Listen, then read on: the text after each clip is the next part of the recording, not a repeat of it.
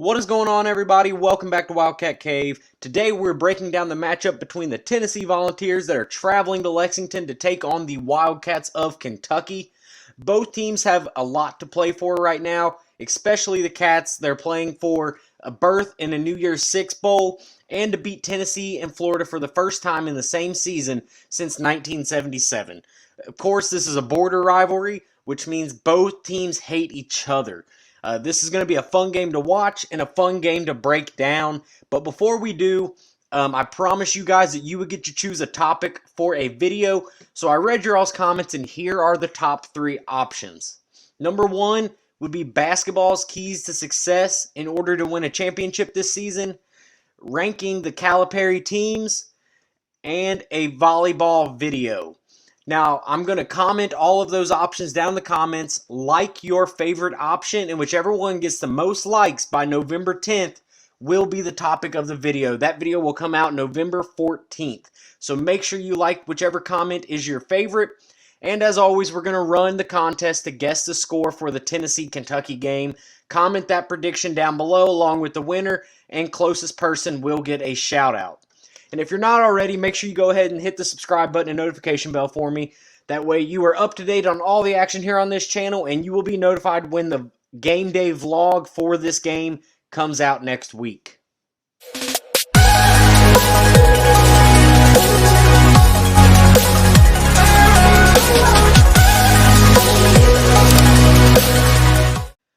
Alright guys, first things first, congratulations to @BammerAndy.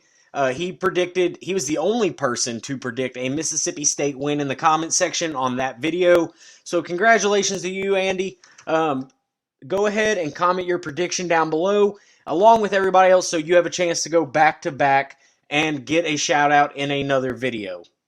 Now moving on to breaking down Tennessee. First things first, I'm not going to tell you how to beat Kentucky. I've done it for all the others. I'm not doing it for Tennessee, and I won't do it for Louisville either. You guys can figure out on your own how to win this game. What I will do instead is tell you all the reasons why Tennessee sucks. Number 1, they have the most delusional fan base in the country, along with Nebraska. This is not the 1990s anymore. Peyton Manning is not walking through the door. You guys are 4-4, and you play Alabama close for about 15 minutes and act like you won the national championship and the Tennessee football's back. I got news for you, Tennessee fans. You're not relevant, and you never will be again. Number 2 is all of the amazing scandals. You guys might only be behind Louisville how poorly ran your program is. You have scandals come out all the time. The most recent, obviously, being the McDonald's money bag scandal, where you're handing recruits cash in a McDonald's bag like this is the 1980s drug deal. And on top of that, your old football coach, Jeremy Pruitt, is threatening to bring down the entire athletic department, not just football, which he was obviously a part of, but he says he has stuff on Rick Barnes and the basketball team as well, and this is all because you guys won't pay him what you owe him. So if I was you all, I would make sure that Jeremy Pruitt is a very happy man very soon. Next is that god-awful orange color. I mean, Jesus, it doesn't look good on anybody. It reminds me of, like, my buddies when we had too much on a night out or something. It looks like what comes up the next morning. It doesn't look good on any single person, and I'm not sure there's a worse color in the world. Number 4 is not only you guys are delusional, but you're so annoying. You guys are like little chihuahuas. And I always kind of thought this, but now that I have this YouTube channel, you guys, like, I'll be talking about something that does not concern Tennessee at all, and you guys will be the first one to comment telling us how good you are after you just lost by 28. You guys are like little chihuahuas, always nipping at your ankles, and you're loud, but you can't actually do anything or hurt anybody. You're just there to make a lot of noise. And you guys are so proud and convinced that you're back just to go get blown out every other week. And finally, do I even need to mention this situation? Like, I talked about it once already. You have provided the best simile for your fans by throwing trash on the field. And that tells you what your program is and what kind of fans you are. You can tell me that it was just the student section, but it was not. I've watched it 100 times now. It came from all around the stadium. It was not just students. And you were an embarrassment to the SEC and college football as a whole in that instance. And that is why everybody thinks Tennessee fans are the worst fans in college football. Now, moving on to Kentucky. What do they need to do to secure the win against the Volunteers? Number one is the defense just has to, show up at all. They stayed in Lexington, I believe, for the Mississippi State game. They never got off the bus. They just looked like they were completely out of sorts. Overall, for Mississippi State, there were some missed tackles and stuff, but I think that a lot of it came down to a bad scheme. In this game, Brad White has to be better. Tennessee just watched the Mississippi State game, and they think that they're going to be able to do the same thing. So Brad White has to come up with a better game plan for this game, and the defense has to show up ready to play. Next is you're going to have to contain Hendon Hooker.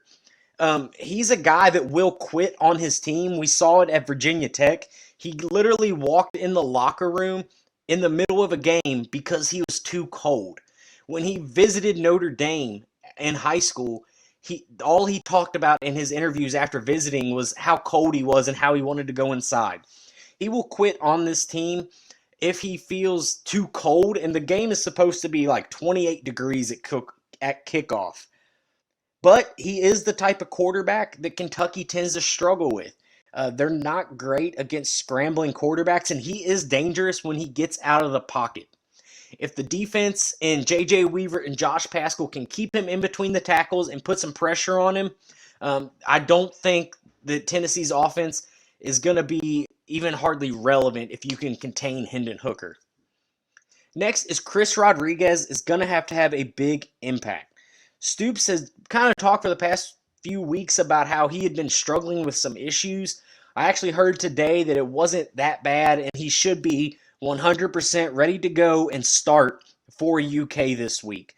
Even though Kentucky does now run that pro-style offense, it is really all built around the run game and Chris Rodriguez. He has the potential to be the most stable position on the field, along with the most talented. He's had some problems fumbling the ball, but this could be a big bounce-back game for him as long as he is reliable and effective like we've seen him be in the past. Speaking of fumbles, Kentucky's going to have to win the turnover battle. For some reason, Tennessee always plays well against Kentucky. No matter how bad they are, they always make it a game with us. So, if you lose the turnover battle and you're in a close game, Kentucky is surprisingly 6-2 with the worst turnover margin in the country. But that's not a trend you want to see continue. I mean, you're doing okay with it right now, but if it keeps happening, it's going to be an issue in this game. So Kentucky is going to have to win the turnover battle here in Lexington this week. And finally, Big Blue Nation has to be there and be loud. You've shown how you can affect games at Kroger Field. You saw it with Florida and you saw it with LSU. This game is also sold out, and Tennessee, I believe, uses the clap snap. We saw how Florida really struggled with their snap count and stuff with the crowd into the game. So, Big Blue Nation, show up early, pregame hard, and be loud the entire game and really get in Tennessee's head. Make it a home field advantage at Kroger Field, and Kentucky will come away with this win. Now, moving on to some gambling stuff here, guys. Right now, the game, Kentucky is a half-point favorite. They opened up as a 3-point favorite, and the spread is at a half a point at this moment, so it was bet down from Kentucky being the favorite to where it is essentially a pick'em game.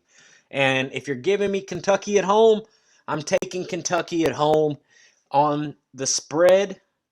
So basically, if Kentucky wins, they cover. So if you're asking me who wins, I'm going Kentucky. Same thing on the money line. I'm taking Kentucky to win.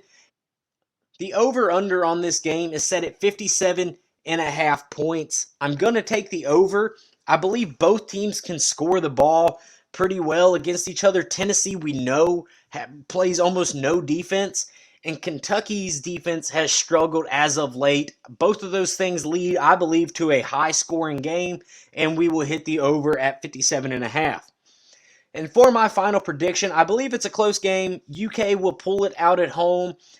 They will win at home and avenge all the losses that they have suffered recently. They will win this game 35-31, and Kentucky will be on track for a New Year's Six bowl after this.